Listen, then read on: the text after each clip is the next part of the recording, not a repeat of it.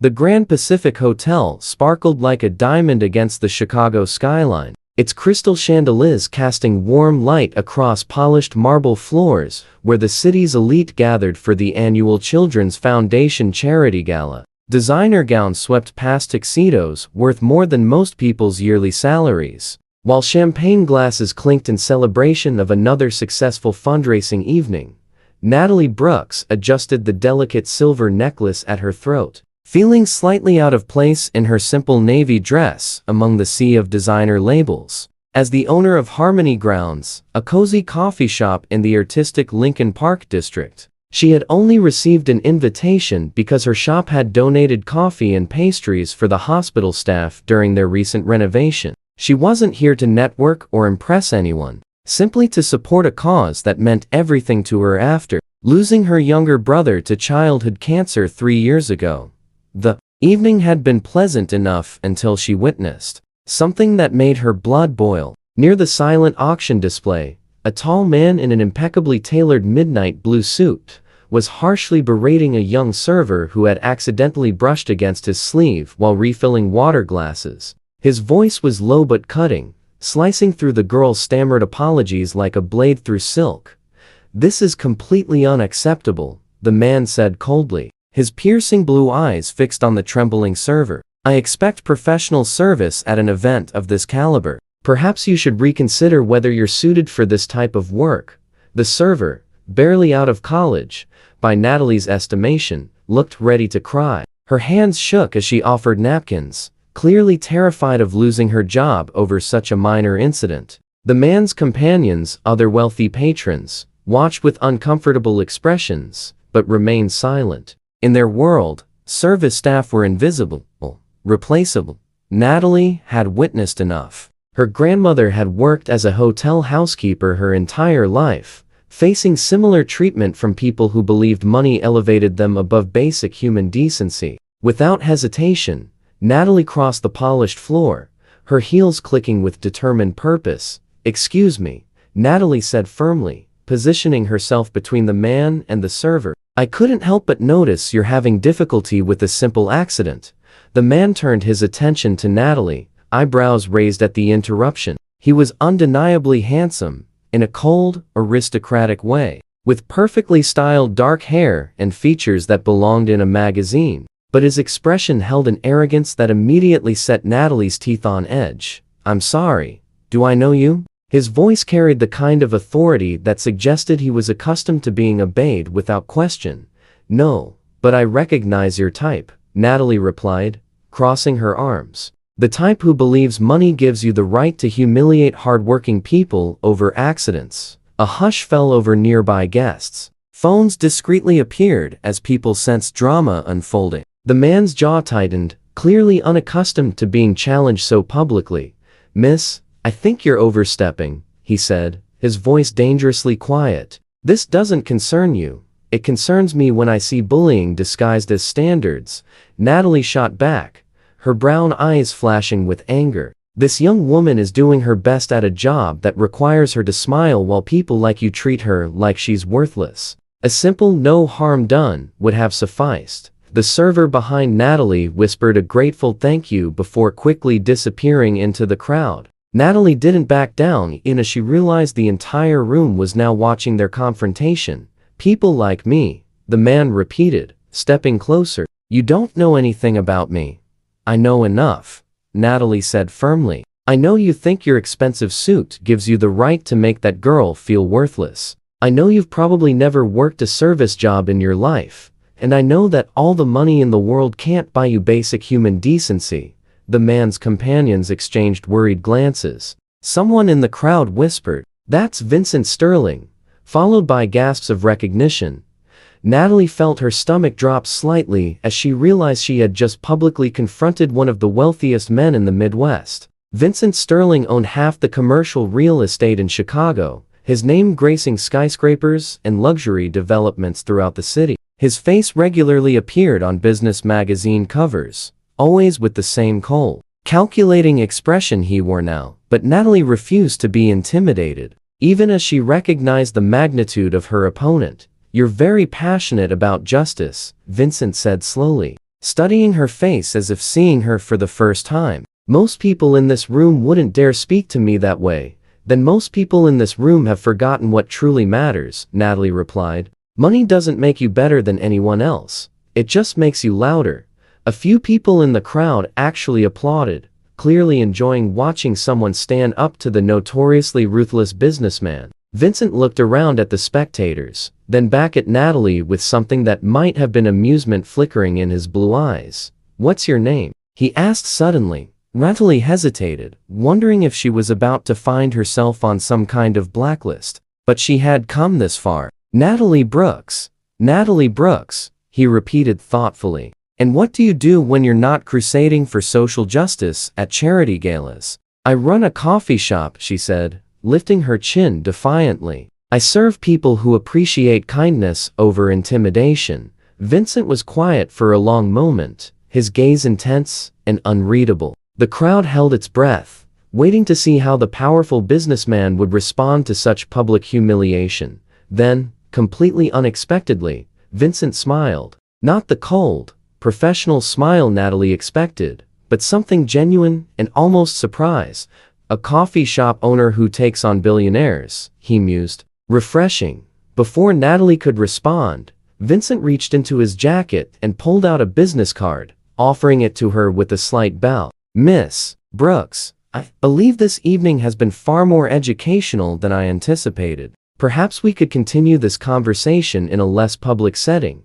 Natalie stared at the card, but didn't take it. I don't think we have anything else to discuss. I disagree, Vincent said, placing the card on the nearby auction table. You've accused me of lacking human decency. I'd like the opportunity to prove you wrong. With that, he nodded politely to the crowd and walked away, leaving Natalie standing alone as the gala guests began to whisper excitedly among themselves. She looked down at the business card, then at the faces surrounding her, realizing that her quiet evening of charity support had just become something much more complicated. 3 days after the charity gala, Natalie tried to pretend her life had returned to normal. The morning rush at Harmony Grounds was in full swing, the familiar symphony of grinding beans and steaming milk providing comfort against the chaos that had erupted since her confrontation with Vincent Sterling. Her phone buzzed constantly with interview requests from local news stations and gossip blogs. The Chicago Tribune had run a piece titled, David vs. Goliath. Local business owner confronts real estate mogul, complete with grainy photos from the gala. Natalie had declined all interviews, hoping the story would fade away naturally. She was arranging fresh pastries in the display case when her assistant Diana nudged her elbow. Natalie, you need to see this. Through the large front window, Natalie watched a sleek silver Porsche pull up to the curb. Vincent Sterling emerged, looking surprisingly casual in dark jeans and a charcoal sweater, though even his casual wear probably cost more than most people's monthly rent. Should I call the police? Diana whispered, only half joking. He's just a customer, Natalie replied, smoothing her apron nervously. Though her heart was racing, Vincent entered the coffee shop, causing several patrons to look up from their laptops and conversations. The intimate space, with its exposed brick walls and vintage furniture, seemed to shrink around his presence. He approached the counter, where Natalie waited, her expression carefully neutral. Good morning, he said pleasantly, as if they were old friends rather than recent adversaries. I'll have whatever you recommend. Natalie studied his face, looking for signs of mockery or condescension, but found only genuine interest. Our signature drink is the Lincoln Park blend with almond milk and a hint of cinnamon. Perfect, Vincent said, then glanced around the cozy interior. This place has character. Very authentic. Authentic as opposed to what? Natalie raised an eyebrow as she prepared his drink. Corporate coffee chains that prioritize profit over people, he replied, watching her work with surprising attention. I imagine you know all your regular customers by name. Despite herself, Natalie felt a small smile tugging at her lips. Most of them. Coffee creates community. When she handed him the cup, their fingers brushed briefly. Natalie felt an unexpected jolt of electricity at the contact and quickly pulled her hand away. Vincent took a sip, and his eyebrows rose in genuine surprise. This is exceptional. Much better than the overpriced chains. Don't sound so shocked, Natalie said dryly. Small businesses can produce quality too. I deserve that, Vincent admitted, finding an empty table near the window. May I sit for a moment? I promise I'm not here to cause trouble.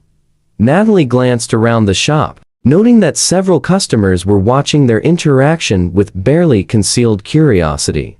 5 minutes, she agreed. Joining him reluctantly, Vincent leaned forward slightly, his blue eyes more serious than she'd seen them. I owe you an apology. My behavior at the gala was inexcusable. Natalie blinked, not having expected such directness. I'm listening. I spoke to the server, Vincent continued. Her name is Rebecca, and she's working her way through nursing school. I not only apologized, but also offered her a scholarship through my foundation. That's good, Natalie said carefully, still not entirely trusting his motives. I also spent considerable time thinking about what you said. Vincent went on, about money not making me better than anyone else. You were absolutely right. Natalie studied his face, looking for signs that this was some kind of elaborate performance. But something in his expression seemed genuinely vulnerable, almost uncertain. Why does my opinion matter to you? She asked bluntly. You could buy and sell my entire business without thinking twice about it. Vincent was quiet for a moment, turning his coffee cup in his hands. Because in 36 years, you're the first person who's seen past the money and called me on my behavior. Everyone else either wants something from me or is too intimidated to tell me the truth. Maybe that's because you surround yourself with people who benefit from staying quiet. Natalie suggested. Maybe, he agreed. But you had nothing to gain and everything to lose by confronting me. Yet you did it anyway. That kind of courage is rare. Natalie felt her defenses weakening slightly, but years of protecting herself and her business made her cautious. What do you want, Vincent? I want to prove that I'm not the man you think I am, he said simply. I want the chance to show you that I'm capable of being better. Before Natalie could respond, her phone buzzed with the text from her coffee supplier. Her expression darkened as she read the message. Problem? Vincent asked, noting her frown. Ali hesitated, then decided honesty couldn't hurt. My coffee supplier just canceled my order. Apparently, they're restructuring their client base and can no longer accommodate smaller businesses. Vincent's jaw tightened. When did this happen? Just now, Natalie said, then looked at him suspiciously. You wouldn't happen to know anything about this, would you? No, Vincent said firmly. But I have a feeling I know who might. He stepped outside to make a phone call, his voice too low for Natalie to hear through the window. But she could see the anger in his posture, the sharp gestures as he spoke to whoever was on the other end. When he returned, his expression was grim. Your supplier received pressure from someone claiming to represent my interests. They were told that continuing to work with you might jeopardize their contracts with my company. Natalie felt her heart sink. So this is my punishment for embarrassing you. This isn't for me, Vincent said urgently. I would never use my business to hurt you. I have associates who think they're protecting my interests by attacking anyone who challenges me. Can you fix it? Natalie asked, hating how desperate she sounded.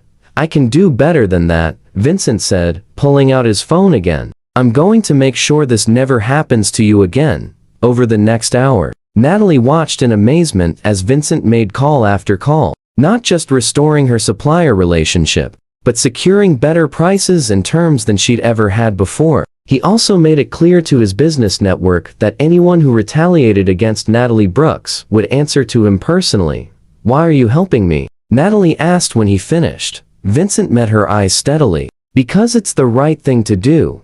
And because I meant what I said about being better. As the weeks passed, Vincent became a regular at Harmony Grounds, arriving each morning at precisely 8:30 for his Lincoln Park blend. He never demanded special treatment, waited in line like everyone else, and gradually won over Natalie's customers with his surprisingly easy charm. Natalie found herself looking forward to their brief conversations, discovering that beneath the billionaire facade was a man who genuinely cared about his community. He spoke passionately about affordable housing projects and education initiatives, revealing a side the business magazines never covered. The proposal. 2 months after their first encounter, Natalie found herself thinking about Vincent Sterling at the most unexpected moments. She watched for his silver Porsche each morning, felt disappointed on the rare days he didn't appear, and caught herself smiling at his increasingly terrible attempts at coffee-related humor.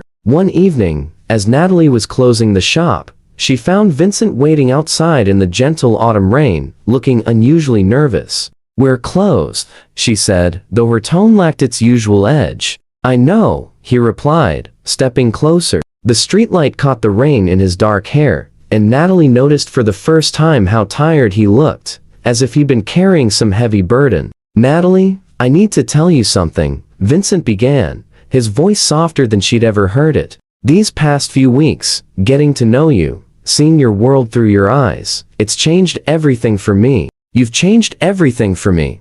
Natalie's heart began to race, sensing what was coming. "I know this seems impossible," Vincent continued, rain beginning to soak through his jacket, "but I'm falling in love with you. Not the idea of you, not the challenge you represent, but you, your passion, your integrity, your courage to stand up for what's right."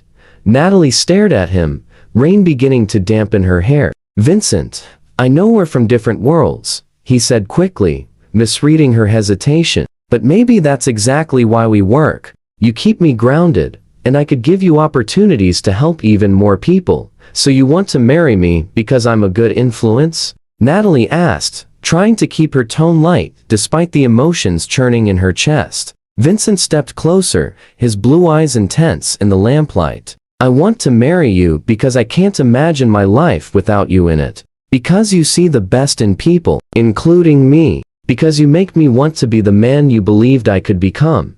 Natalie felt tears mixing with the rain on her cheeks. 3 months ago, she would have laughed at the impossibility of such a scenario. But looking at Vincent now, seeing the vulnerability in his expression, she realized that somewhere along the way, she had fallen for him too. "This is completely crazy," she whispered. "The best things usually are," Vincent replied, reaching out to touch her face gently. "Natalie Brooks, will you marry me? Will you let me spend the rest of my life proving that love can bridge any gap?" Natalie looked into his eyes and saw not the arrogant billionaire from the gala, but the man who had apologized to Rebecca, who had protected her business, who had shown up every morning just to see her smile. "Yes," she said, surprising herself with the certainty in her voice. "Yes, I'll marry you." Vincent pulled her into his arms, kissing her in the rain outside her little coffee shop. As they held each other, Natalie realized that sometimes the most unexpected arguments could lead to the most beautiful love stories. 6 months later, their wedding was held, not in some grand ballroom, but in the community center where Natalie volunteered, surrounded by coffee shop regulars, business leaders, and everyone in between. It was proof that when two worlds collide with enough force, they don't destroy each other, they create something entirely new and wonderful. 2 years after their unconventional meeting, Natalie Sterling stood in the kitchen of their downtown penthouse, watching the sunrise paint Chicago's skyline in shades of gold and pink. The space perfectly reflected their merged worlds' industrial design elements from Vincent's aesthetic, combined with warm wooden furniture and vintage coffee equipment that Natalie had insisted on keeping. Vincent appeared from his home office, where he'd been working since dawn on a new affordable housing project. He wrapped his arms around Natalie's waist from behind, pressing a gentle kiss to her neck. "Good morning, Mrs. Sterling," he murmured, still seeming amazed by the title after 18 months of marriage. "Good morning, Mr. Sterling," Natalie replied, leaning back against his chest. "How's the Riverside development coming along?" "The city council approved our proposal," Vincent said, unable to hide his excitement. "We'll be breaking ground on 300 affordable housing units next month, complete with a community center, and..." He spun Natalie around to face him, grinning. "A coffee shop space that's already been reserved for a certain successful entrepreneur I know." Natalie's eyes widened. "Vincent, you didn't." "I absolutely did," he said, pulling her closer. "Harmony Grounds deserves to expand, and that neighborhood needs exactly what you offer. A place where everyone is welcome, regardless of their bank account." Natalie stood on her tiptoes to kiss him. still amazed by how naturally they had learned to support each other's dreams. "Have I mentioned lately that I love you?" "Only every day," Vincent replied, "but I never get tired of hearing it." Their peaceful morning was interrupted by Natalie's phone buzzing. She smiled as she read the message. "Diana says there's a line around the block at the shop. Apparently, someone told a food blogger that today is the anniversary of our first meeting." Vincent's guilty expression answered her unspoken question. "You know I hate publicity," Natalie said, though she was already laughing. "You hate fake publicity," Vincent corrected, handing her the car keys. "But celebrating the courage that brought us together? That's just good storytelling." Later that evening, as they walked hand in hand through Millennium Park, Vincent reflected on how dramatically his life had changed since that fateful night at the charity gala. "Any regrets?" Natalie asked, as if reading his thoughts. Vincent considered the question seriously. His life was certainly different now, less focused on pure profit, more centered on community impact and the woman who had taught him what really mattered. "Just one," Vincent said finally. Natalie stopped walking, concern flickering across her face. "What's that?" Vincent grinned down at her, his blue eyes sparkling with mischief. "I regret not meeting you sooner. Think of all the time we wasted not knowing each other." Natalie threw back her head and laughed, the sound echoing across the park. "Well, Mr. Sterling, if you're looking for another argument, I'm sure I can arrange something."